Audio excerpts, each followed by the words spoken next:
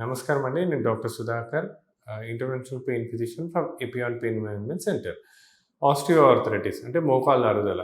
Osteo arthritis ఇది very common disease. అంటే మనము మన నీస్ వచ్చి వెయిట్ బేరింగ్ జాయింట్. సో, మన వెయిట్ అంతా నీస్ క్యారీ చేస్తుంటది. సో, ఒక ఏజ్ వచ్చాక డీజనరేటివ్ ప్రాసెస్ వల్ల అంటే డీజనరేషన్ లోపల ఏమైతుంది బేసికలీ కార్టిలేజ్ థిక్‌నెస్ అనేది తగ్గుతా వస్తది. ఎప్పుడైతే కార్టిలేజ్ థిక్‌నెస్ తగ్గుతుందో మా ఫ్రిక్షన్ రావడము, మనం చేసే డే టు డే యాక్టివిటీస్‌లో అంటే మనం నిలబడ్డప్పుడు, కూర్చున్నప్పుడు, లేచినప్పుడు, పడుకున్నప్పుడు ప్రతి మూవ్‌మెంట్‌లో నీ జాయింట్ లోపల ఫ్రిక్షన్ ఉంటుంది. ఎప్పుడైతే ఫ్రిక్షన్ ఉంటుందో ఈ కార్టిలేజ్ అనేది అరగడం మొదలుపెడుతుంది. సో, అది ఒక్కొక్క మనిషికి ఒక్కొక్కలాగా ఉంటుంది. అంటే డిపెండ్స్ అపాన్ మనిషి మెటబాలిజము, మనిషి జెనెటిక్ కాన్స్టిట్యూషన్స్, తర్వాత తను చేసే పనులు. అంటే నీ జాయింట్ మీద స్ట్రెయిన్ పడే యాక్టివిటీస్ ఎక్కువ చేశారనుకోండి, కార్టిలేజ్ అనేది చాలా ఫాస్ట్‌గా అరుగుతుంది.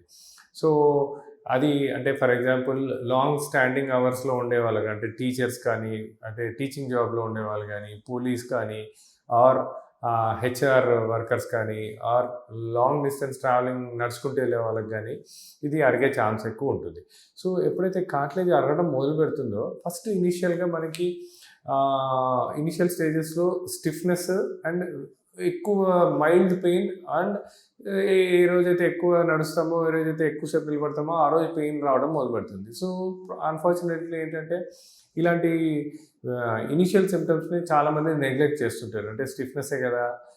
జస్ట్ ఇంట్లో పోయి రెస్ట్ తీసుకుంటే సరిపోతుంది అనుకుంటారు. మైల్డ్ పెయినే కదా!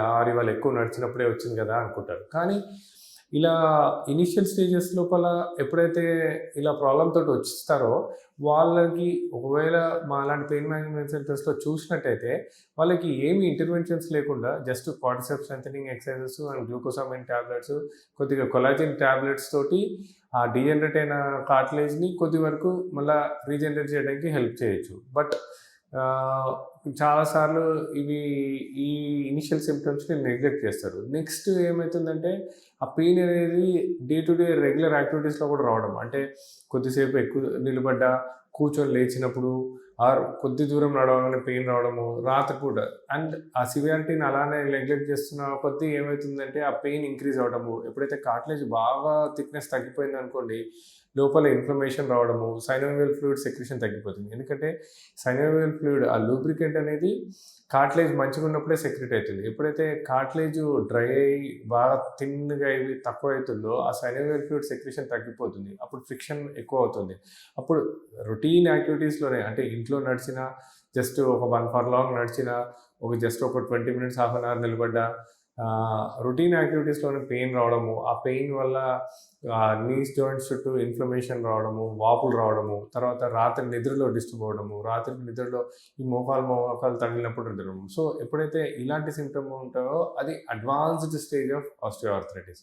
సో, మనం సింపుల్‌గా ఉన్నప్పుడు ట్రీట్మెంట్ అంటే మనం నెగ్లెక్ట్ చేసినట్టయితే అది స్లోగా స్టేజ్ 1 నుంచి మొదలుపెట్టి స్టేజ్ 2, స్టేజ్ 3, స్టేజ్ 4 వరకు వెళ్ళిపోతుంది.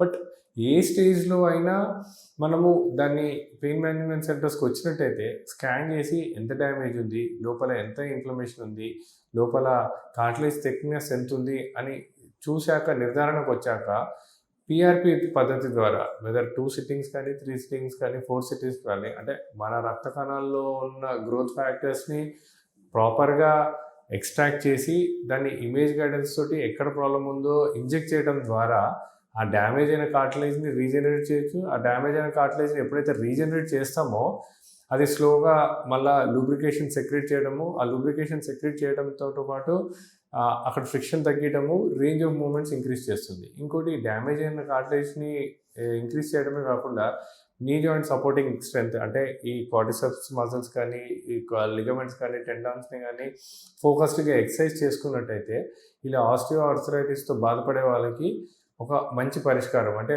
మేజర్ సర్జరీస్, మేజర్ ఇంటర్వెన్షన్స్ లేకుండా పీఆర్‌పీ పద్ధతి ద్వారా ఒక దీర్ఘకాలిక పరిష్కారం ఇవ్వచ్చు. Thank you.